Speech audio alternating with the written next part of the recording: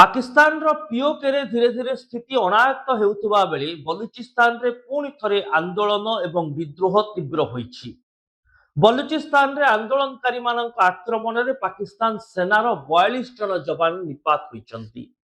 आउ एहा परे पाकिस्तान सरकार रो भित्तिभूमि एक रकम रो टळमळ होई जाइछि, जहाकु नै वर्तमान समय रे प्रधानमंत्री शहबाज शरीफ एवं सेना मुख्य आसिफ मुनीर टेंशन को चली आसिछन्ति। नमस्कार, न्यूज रूम को स्वागत करुछि मु अभिन्न आशुतोष। पुणी किछि दिनर व्यवधान परे पाकिस्तान रो बलूचिस्तान रे सरकार विरोधी आंदोलन तीव्र होईछि। आंदोलनकारी मानक आक्रमण रे 42 जन सैनिकक जीवन जाइछि। आउ एहा परे पाकिस्तान सरकार पुणी थरे देश भितरे सबुठारु बड़ विद्रोह को सामना करिबा स्थिति रे अछन्ति। दर्शक बंधु, पाकिस्तान रो बलूचिस्तान हेउछि सेही अंचल जो अंचल रे पाकिस्तान रो खनि खादान प्राकृतिक प्राचुर्य भरपूर होई रहिछि। एही अंचलरू पाखापाखि शह शह कोटी टंका पाकिस्तान आदाय करिथाय बा लाभ करिथाय, किंतु ए टंका को बलूचिस्तान रो विकास पई विनियोग करा जाय नाही। दशंधि धरी बलूचिस्तान रे रहुतुबा लोके दारिद्रतार सीमारेखा तले रहिछन्ति। सेठारे शिक्षा, स्वास्थ्य, पानी एसबुर भित्तिभूमि भी संपूर्ण नष्ट होई रहिछि, जोथिपाई बलूचिस्तान भितरे लोकंक मध्यरे गोटी आक्रोश तैयारी हेउछि पाकिस्तान सरकार विरोध रे, जहा वर्तमान समय रे पाकिस्तान प्रधानमंत्री मुंड पिंधार कारण पलटिलाणी। तेबे दीर्घ दिनर व्यवधान परे बलूचिस्तान रे आंदोलनकारी माने पुणी थरे आग्रेसिव होइछन्ति, आतंक सृष्टि करिछन्ति। एही आतंकवादी मानक आक्रमण रे पाकिस्तान सेनार 42 जन निपात होइजिबा परे सेना मुख्य आसिफ मुनीर रो अकल गुरुम होई जाइछि। तेबे बलूचिस्तान रे एक निर्दिष्ट डैम पाखरे सेनार एक बड़ कैंप करा जायतिला। प्रथमे आक्रमणकारी माने ए कैंप को टार्गेट कले एवं ए आक्रमण एते भयंकर थिला जे प्रति आक्रमण करू करू पाकिस्तानी सेनांक बंदूकरू गुली भी सरी जाइतिला।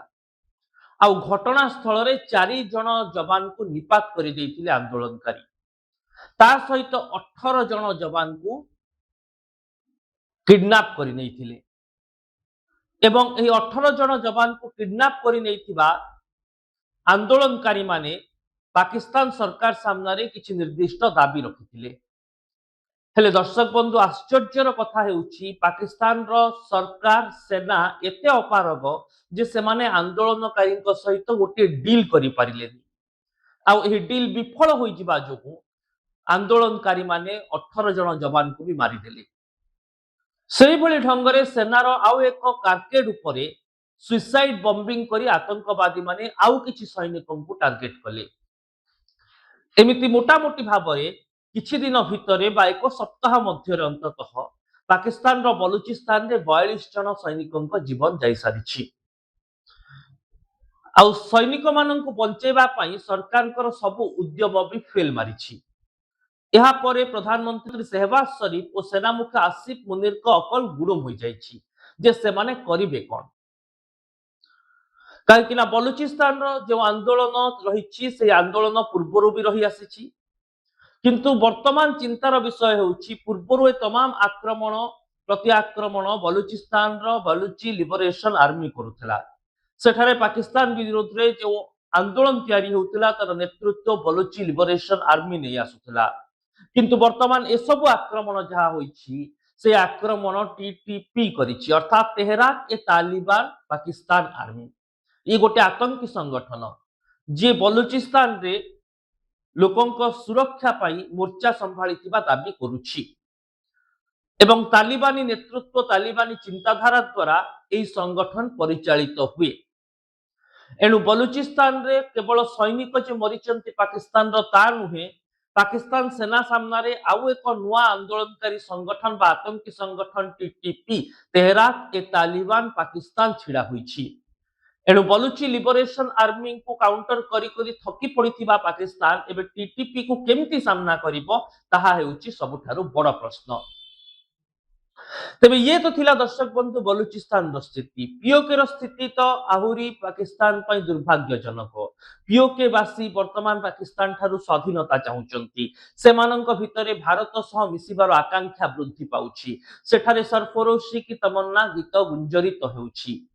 ପାକିସ୍ତାନ ସେନା ବା ଆସିଫ ମୁନିର ନିଜର କଳ ବଳ କୌଶଳ ଲଗାଇ ସାଧାରଣ ଜନତାଙ୍କ ଉପରେ ଗୁଳିମାଡ଼ କରୁଛି। ତଥାପି ଆନ୍ଦୋଳନ ଥମୁ ନାହିଁ। ବରଂ ପାକିସ୍ତାନ ବିରୋଧରେ ବିଦ୍ରୋହର ସ୍ୱର ଆହୁରି ଘନୀଭୂତ ହେଉଛି, ଆହୁରି ତୀବ୍ର ହେଉଛି। ଏଣୁ ପାକିସ୍ତାନର ରାଜନୈତିକ ନେତୃତ୍ୱ, କୂଟନୈତିକ ନେତୃତ୍ୱ ବର୍ତ୍ତମାନ ଦେଶ ଭିତରେ ଦେଖାଦେଉଥିବା ଦେଶଦ୍ରୋହକୁ ରୋକିବା ପାଇଁ ଏକ ରକମର ବିଫଳ ବୋଲି କୁହାଯାଇପାରେ। ବଲୁଚିସ୍ତାନ ସହିତ ପାକ୍ ଅଧିକୃତ କାଶ୍ମୀରର ସ୍ଥିତି ହିଁ ବୟାନ କରୁଛି ଯେ ପାକିସ୍ତାନ ସରକାର ବିରୋଧରେ ସାଧାରଣ ଲୋକଙ୍କ ଭିତରେ ଗୋଟିଏ ଆକ୍ରୋଶ ତିଆରି ହେଉଛି। ବଲୁଚିସ୍ତାନର ଏହି ଆକ୍ରମଣ ପଛରେ ପାକିସ୍ତାନ ଭାରତକୁ ଦାୟୀ କରୁଛି, କିନ୍ତୁ ତା ପାଖରେ କୌଣସି ପ୍ରମାଣ ନାହିଁ। ଏବଂ ଆପଣ ଜିଓ ପଲିଟିକାଲ ସିଚୁଏସନକୁ ଯଦି ଦେଖିବେ, ଭାରତ ଠାରୁ ବେଶ ଦୂରରେ ବଲୁଚିସ୍ତାନ।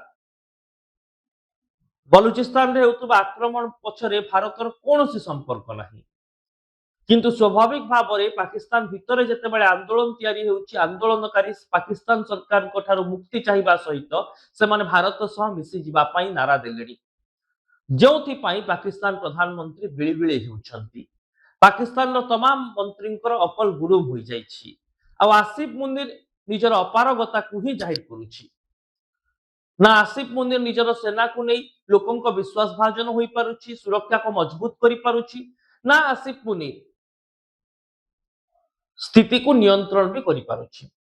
ତେଣୁ ମୋଟାମୋଟି ଭାବରେ ଆସିଫ ମୁନିର ଏବଂ ସେହବାଜ ଶରୀଫଙ୍କର ସ୍ଥିତି ପୁରା ପାକିସ୍ତାନରେ ଦୋହଲି ଯାଇଛି କହିଲେ କିଛି ଭୁଲ ହେବ ନାହିଁ।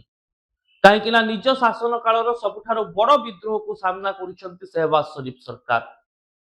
ପିଓକେରେ ପାକିସ୍ତାନ ବିରୋଧରେ ଯେଉଁ ଆନ୍ଦୋଳନ ତେଜୁଛି, ତା ସହିତ ବଲୁଚିସ୍ତାନରେ ପାକିସ୍ତାନ ବିରୋଧରେ ଯେଉଁ ବିଦ୍ରୋହ ସୃଷ୍ଟି ହେଉଛି, ତାହା କେଉଁଠି ନା କେଉଁଠି ବୟାନ କରୁଛି ଯେ ଲୋକଙ୍କ ବିଶ୍ୱାସ ଭାଜନ ହୋଇପାରୁନି ପାକିସ୍ତାନ ସରକାର।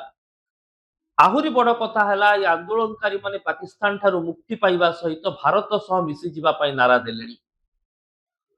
ଏଣୁ ସ୍ଥିତି ଆଗକୁ ଆହୁରି ଜଟିଳ ହୋଇପାରେ। ତେବେ ଏ ଦିଗରେ ଭାରତ ସରକାର କୌଣସି ପ୍ରକାର କୂଟନୈତିକ ଗୋଟିଚାଳନା କରୁଛନ୍ତି କି, ତା ଉପରେ ବି ନଜର ରହିବ। ରିପୋର୍ଟଟି ଦର୍ଶକ ବନ୍ଧୁ କେମିତି ଲାଗିଲା ନିଶ୍ଚିତ ଜଣାଇବେ। କମେଣ୍ଟ ବକ୍ସରେ ନିଜର ମତାମତ ଲେଖନ୍ତୁ।